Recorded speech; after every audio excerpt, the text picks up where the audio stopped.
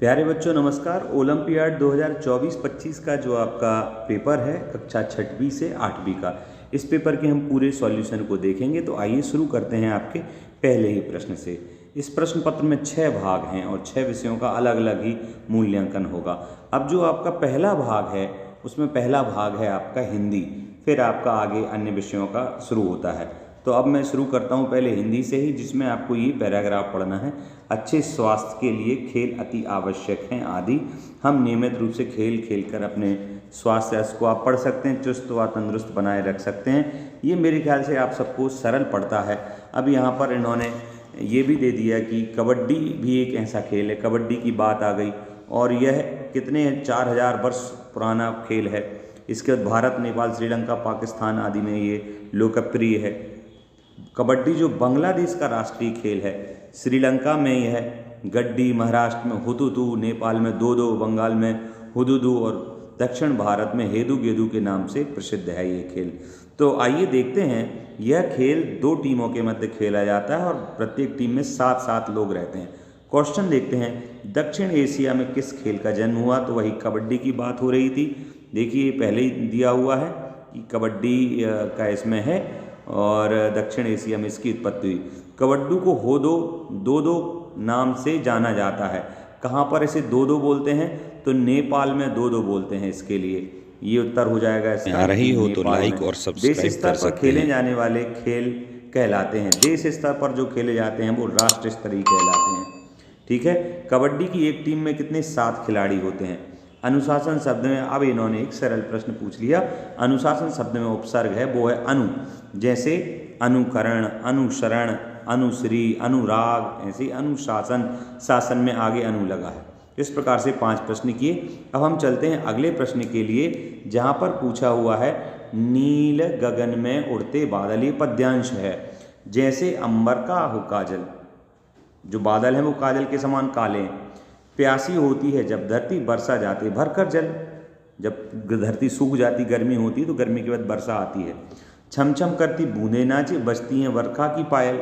बूंदें ऐसी चपकती हैं जैसे कोई चलता है महिला तो उसकी पायल बजती हैं, वैसी पानी गिरने पर बूंदें नाचती हैं, उनकी आवाज़ होती है। सावन भादों में लहराता धरती का हरियाला आंचल। और पानी बरसने से जो सावन और भादों का महीना होता है, श्रावण और भाद्रपद, उसमें क्या होता है, चारों तरफ हरियाली छा जाती है बरसात के कारण से, और तेज़ हवाएं चलती हैं और बजती है घर की सांकल, और दरवाजे यहाँ वहाँ लटकते हैं तो सांकल भी उनकी लटकती है। अब देखते हैं, बादल को अंबर का काजल क्यों कहा है? अंबर का काजल क्यों कहा है भाई? बहुत अच्छी बात है। बादल हल्के होते हैं? नहीं। बादल उड़ते रहते हैं? नहीं। बादल काले होते हैं? बादल सुंदर होते हैं? तो बादल काले होते हैं और ये बादल कहाँ होते हैं? अंबर में होते हैं। अंबर यानी आकाश में होते हैं। तो पूरा नीले आकाश में जो काले बादल जहाँ जहाँ आते हैं तो वो काजल के समान, ऐसा कहा है। सावन भादों में आंचल लहराता है। किसका आंचल लहराता है? जो हरा आंचल कहा था वो धरती का आंचल कहा है। ये आप देख सकते हैं, ये लिखा धरती का हरियाला आंचल, धरती का आंचल, धरती एक माता है।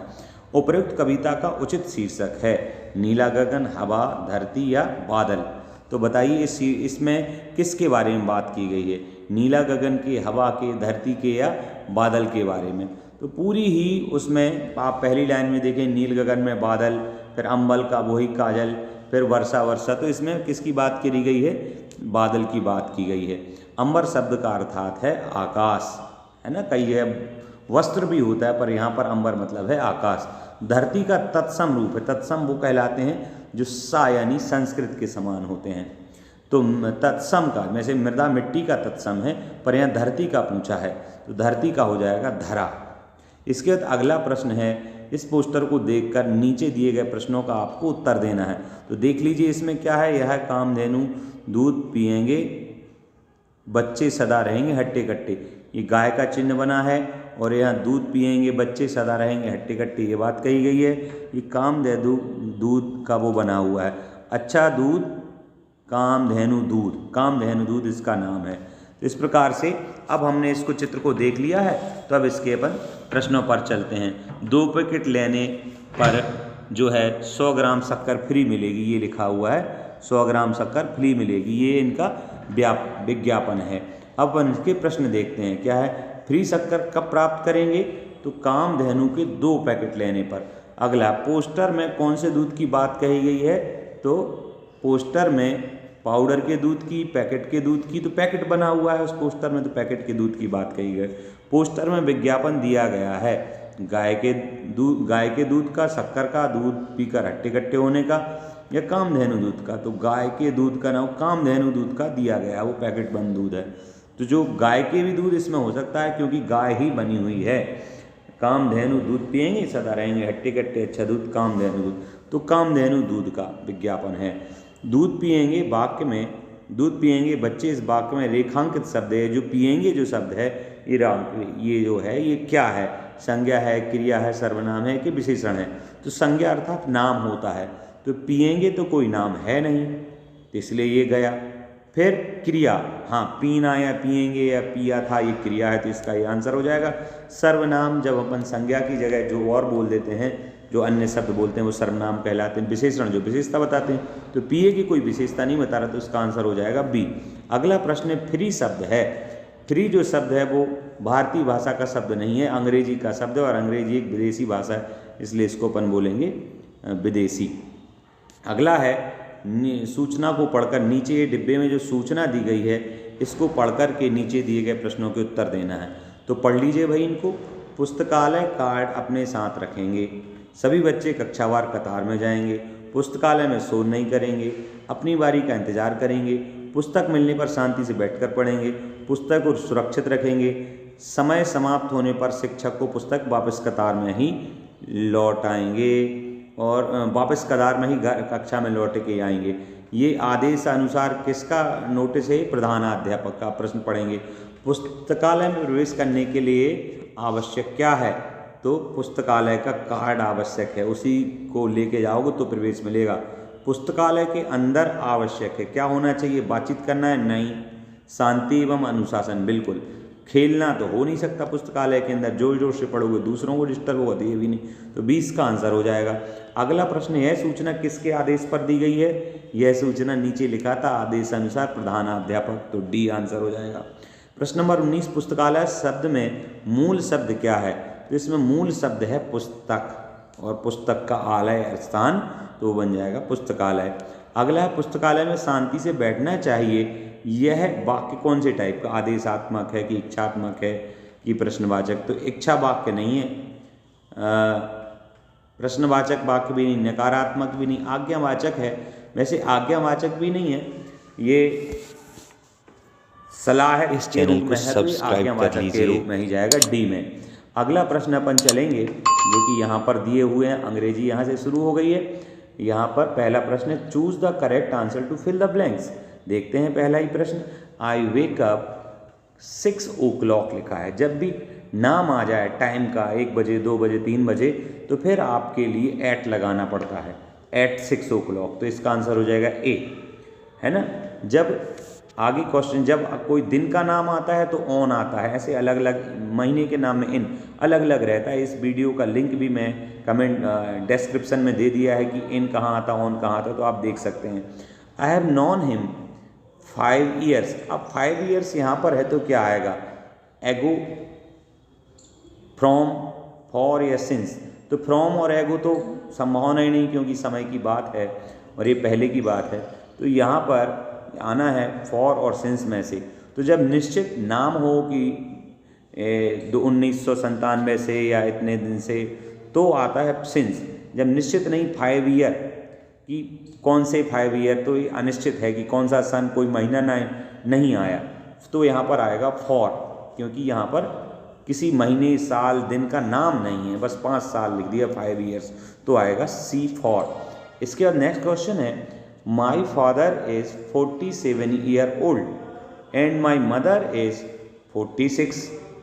तो फादर 47 के और मदर है 46 के, तो मदर छोटी हैं, पिता बड़े हैं। तो माई मदर इज़ खालिस्तान देन माई फादर, तो my mother is younger, younger यानी छोटी हैं माई फादर, मेरे पिता से, तो यहाँ कंपैरेटिव डिग्री का इस्तेमाल हुआ है, तो यंगर हो जाएगा।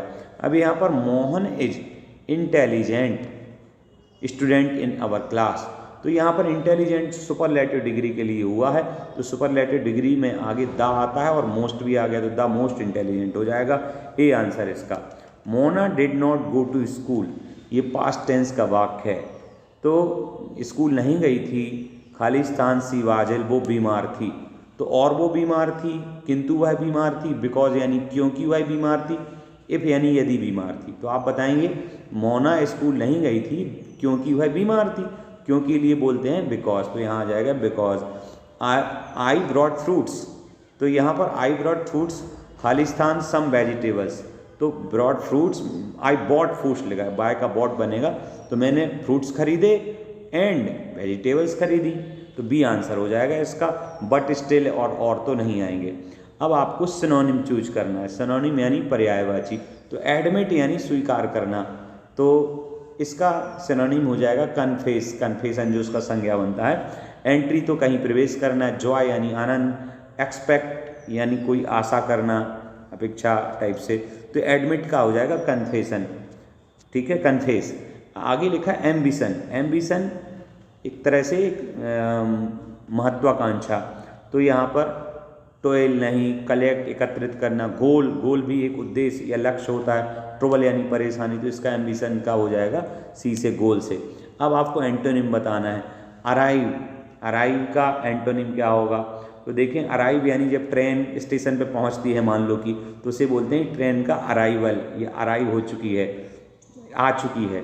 तो जैसे कम दिया है, कम तो अराइवल का एक तरह से सिनोनिम पर्यायवाची है। इनसाइड यानी अंदर होता है, एंट्री यानी प्रवेश करना होता। डिपार्च, डिपार्ट, डिपार्ट का डिपार्चर बनता है कि ट्रेन आई और 5 मिनट रुक के ट्रेन चली गई, तो डिपार्चर हो गई।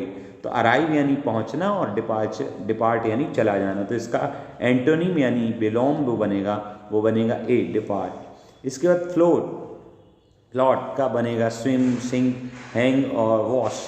ये एक्चुअली चारों ही इसके मैच नहीं कर रहे हैं, क्योंकि एंटोनिम पूछा है तो ये मैच नहीं कर रहे हैं। ये मेरे ख्याल से रॉन्ग क्वेश्चन है, या इसमें एक्स्ट्रा बोनस मिलेंगे। फिर भी आपको कोई भी आंसर खाली नहीं छोड़ना है, कोई ना कोई ऑप्शन लगा के आना है, ठीक है ना। ऊपर ऊपर तैरना, और स्विम का मतलब पानी के अंदर भी तैरते हैं लोग, पर ये अपोजिट संभावित नहीं है। क्वेश्चन नंबर 31 में जाएंगे तो लिखा है करेक्ट स्पेलिंग देखना है। तो स्पेलिंग में आप पैसेंजर, ई आता है इसमें, PASSENG, तो इसका आंसर हो जाएगा सी। फिर आया है, इसमें भी स्पेलिंग बताना है, फॉरेन, तो इसकी स्पेलिंग में FOREIGN, फॉरेन, इसका आंसर हो जाएगा बी। ये तो याद करने वाली चीज़ है। फिर उसके बाद करेक्ट राइम वर्ड चूज करना है, तो फिर वेरीफाई, वैकेंसी, वेरीफाई, फाई आ रहा है, वैकेंसी नहीं। ड्राउजी, इजी नहीं आ रहा है। हैप्पी, पी नहीं आ रहा है। टेरिफाई, टेरिफाई इसका आंसर आ, तो इसका हो जाएगा राइम वर्ड यानी मैच करता है जिनका साउंड लास्ट में, तो हो जाएगा डी। मसल, इसको पढ़ते हैं मसल, मस्कल जैसे लिखा है पर पढ़ते हैं मसल, तो इसमें आ रहा है अंत में अल। तो पिकल यहाँ पर आ रहा कल, कैटल, टल आ रहा है, और यहाँ पर हसल, सल, वही मसल और हसल, तो इसका आंसर हो जाएगा सी। इसके बाद हम चलते हैं क्वेश्चन नंबर 35 पर। तो यहाँ पर पूछा है Khalistan moon is beautiful tonight isn't it, ये कोई पूछ रहा है क्या ये ब्यूटीफुल है या नहीं है। तो मून या सन जो होते हैं उनके आगे दा ही लगता है, तो इसका द क्या वो हो जाएगा, the moon is beautiful tonight, ये हो जाएगा। अब चूंकि वीडियो भी 13 मिनट का हो गया है, तो मैं इंग्लिश की बात करके आप लोगों को इस चैनल को लाइक कर लीजिए और सब्सक्राइब भी कर लीजिए, और ये जो नंबर यहाँ दिया हुआ है इस पर मैसेज कर लीजिए अगर आप मुझसे जुड़ना चाहते हैं। तो यहाँ पर आपको निश्चित रूप से क्लास संबंधी अन्य वीडियोज़ विभिन्न टीचर्स के माध्यम से मिलते रहेंगे। तो he will be back in hour, in hour, तो एन, अन, द, तो आवर ये का उच्चारण होता है, उसका साउंड होता है बॉबल, यानी स्वर से शुरू होता है, तो एन आता है यहाँ पर। अभी 37 से हम नेक्स्ट वीडियो में देखेंगे, इसको सब्सक्राइब करके इंतज़ार करें।